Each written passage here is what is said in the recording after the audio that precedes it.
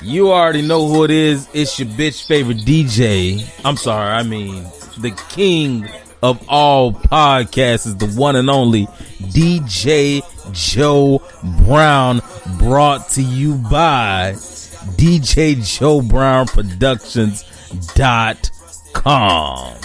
Okay, shout out to motherfucking Dark Side E in the building. Finally, we have been waiting a week for this particular interview. Okay, and right now the song that you're hearing in the background is my favorite by Dark Side E. Fuck it. You hear me? Fuck it. What's up, Dark Side? How you feeling, man? What's up, man? I'm feeling good, man. Chilling. Oh, well, fuck it. Well, that's how I be, man. I introduced you to your song. Fuck it, you know? Just in case you haven't heard your song, I introduced you to you. This is my favorite song now. Okay. I appreciate that, man. Earlier this week, I was promoting your song on one of the other girls' showcases, the promotion thing. And they was like, who the fuck is this, Joe? This ain't what I chose to go on the thing. She talking about, but I like it. And we was FaceTime and she started twerking to it. I say, well, okay, well, ain't no damn problem. Shit. We like it, we love it, okay? You feel me? So it's definitely getting it out there. She was even playing it in the show today. Her name is Bestie. She played it later on in her show. But yeah, welcome to the show though. Yeah. I'm glad you're here. Yeah, I ended up following her on the gram, and she followed back, so I'm gonna go ahead and tap in with her. Okay, talking about Bestie, right? I appreciate that. Yup, yeah. Yeah. Okay, good. Gotti, what's up? I see Gotti in the building, Uncle Murder in the building. Shout out to everybody that's on liveme.com, and of course, shout out to the creator and executive writer and producer of this show, the one and only Kamisha Red. Red, what up? What's up, DJ? How you feeling? I'm feeling good. I just played my song. I had to introduce my song to everybody. What's up, nephew? How you feeling? I'm feeling real good. How you feeling? That's what's up. I'm good. You good? I'm good. Yeah, I'm feeling real lit. Okay, so what's up? The first thing I want to ask about my favorite song. Okay. I want to know in great detail how this song came about, because there's a different bass that you don't hear. I pay attention to a lot of strategic details, especially if I replay this bitch every morning. Okay. Yeah. I hear certain beats that I ain't never heard before. Would you call this a Chicago vibe exclusive? Like, is this y'all tune, or is this something that you picked up from down south, or Shit, I'm from the city, I'm from the D, so my mans had uploaded the beat or whatever. Mm-hmm. I basically just took it and wrote to it, but how that song came about, honestly, I was I was smoking, mm-hmm. and I was playing the beat, mm-hmm. and what I do is I bullshit on the track and let the beat, play or whatever, and record myself on my phone. First couple words was, oh, well, fuck it. You know what I'm saying? I just built up off of that, and I was like, shit, what this song finna be about? Oh, well, fuck it. Basically, you know what I'm saying? Shit. So I started basically working a song around that concept, and it just all came together naturally. So I fuck with it because I like the message that, I talk my shit on there, but at the end of the day, I'm trying to tell people, like, it is a powerful message. There's only so much you can worry about, though. Right. Because I hear people all the time, even myself, worrying about shit, but that's my catchphrase. Oh, well, fuck it. If you know me, it's oh, well, fuck it. Like, right. Shit, oh, well, fuck it. What you gonna do? You can't do shit about it, so. Okay. So this is definitely one of those songs that it motivates you. That damn show motivated me this week. I'd be damned. Yeah. Because ever since I heard the song, I just been telling him, fuck it, shit, fuck you, hell. Fuck you and everything you said. You don't like what? Matter of fact, today me and my sister was arguing today, and she's older, so you know that helped for like to get the last word. What's up, Shy? Like to get the last word and everything. You feel me? And I just told her, bitch, fuck it, fuck you personally, for real, fuck you, and then fuck it. Okay. Yeah. It be like that. You just gotta wash your hands. Exactly. Just say fuck it, because people spend a lot of energy on shit that you know what I'm saying, that you don't necessarily need. Fucked up, man. Mm-hmm. Yeah. That's exactly why the damn vibe be fucked up. Yeah. So, with being a music artist, first of all, what made you become a music artist? I was rapping. I was writing and rapping since I was 13. I officially had my first studio session. It was me, my brother, and a couple of our homeboys. It was like 2009, 2010. I took a little break, and then I started, you know, dibbling and dabbling with it back in 2015. But, you know, I never really started taking it serious for real until like maybe a year ago.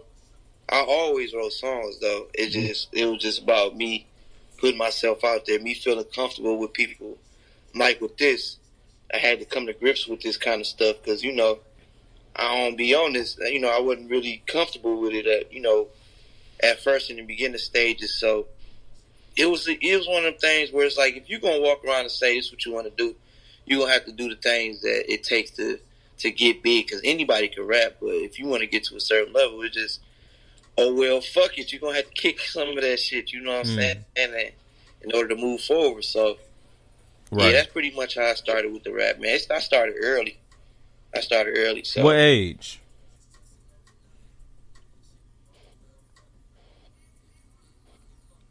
What age I grew up did you listening start? to niggas like Jadakiss and, you know, Blade and all of that. You know, I was listening to city stuff mixed with, you know, real rap. You know how it was back in the day.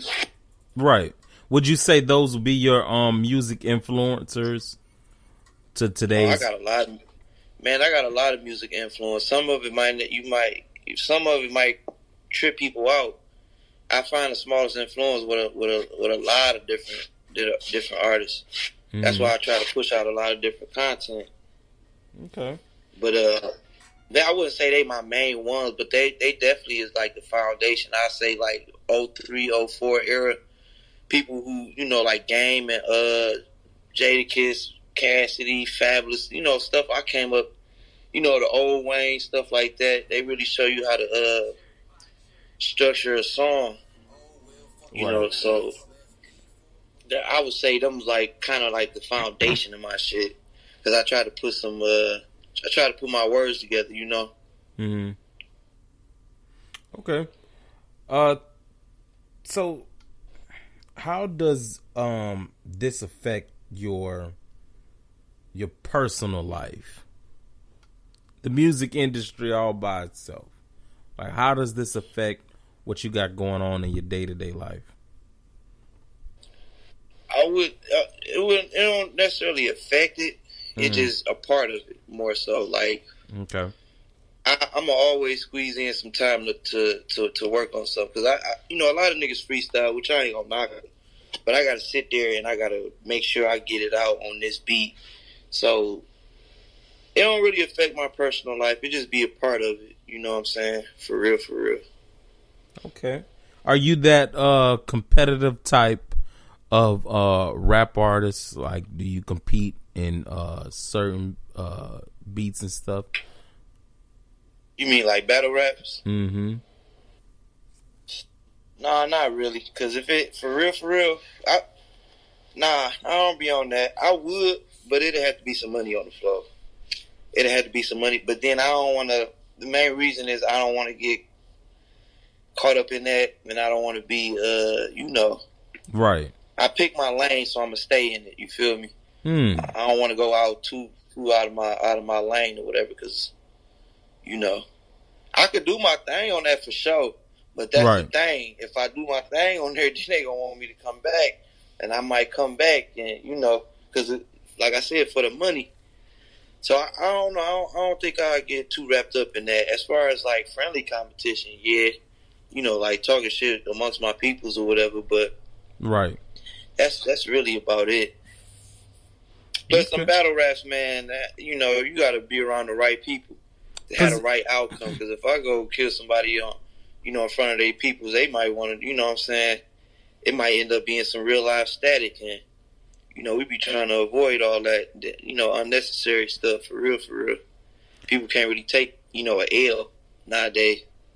Yeah, I noticed that with the rap battle thing, it's it's mostly in Philadelphia area, but I know Detroit and Chicago have a strong hand in it. So I thought you was probably, raised up around it or something like that.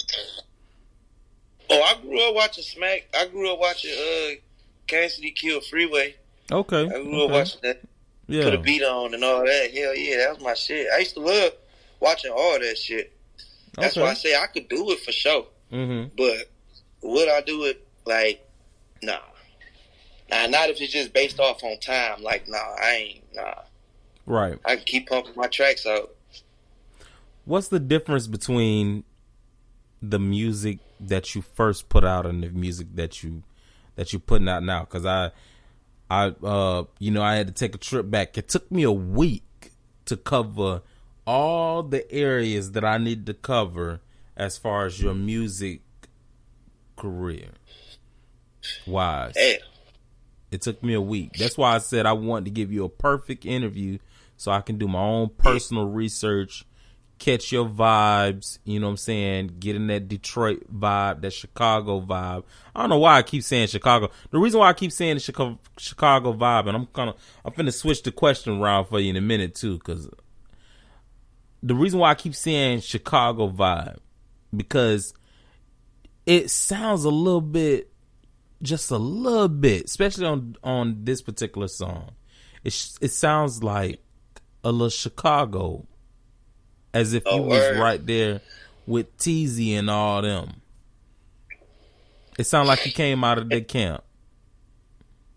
Man, the only person I listen to Chicago, to be honest, is Chief Keef. I don't really know too many. I know about him, but I really messing with Chief. Like, that's one of my influences. So, shit. Okay then. Okay, so going back to the last question that I switched up on you with, from the beginning, from you starting out in the beginning, what's the difference that you noticed in your music? Man, back then I was more raw. I was kind of. I feel like I was struggling with my delivery. Looking back at it now, it wasn't that bad, but I take a little bit more time with my stuff now. I took time with it before, but I take more time with it now. Way more time. But it was definitely more raw. It was definitely more raw back then. I mean, it still is, but it's a little more. In my opinion, I was making more hood versus a more straight hood songs that wouldn't really be able to get played. Like, Fuck It could get played somewhere that I feel like that's a club joint. Freestyle that probably wouldn't get played places that Fuck It to get played at. So I had to, figure out how to be hood but still structure like a song. You know what I'm saying? Right. So I think that's it for real. My shit was just much more raw than. And you write all your musics, right? You write all your lyrics and all that? Oh, yeah. Are you a beat maker as well? Huh? Are you a beat maker as well? Nah. I'm dibbling and dabbling, trying to see what's up with that, because I have more control over my sound. Once I start really taking off with that. But man, that shit a process. I ain't gonna lie. I was gonna ask you, what is the process? I was gonna ask you, what is the creative process when you're just about to get in that rap zone? You said you had to play around with it, but what else is the process? It really depends on the vibe. I feel like it's a couple different processes. Sometimes I might play the beat off of one phone.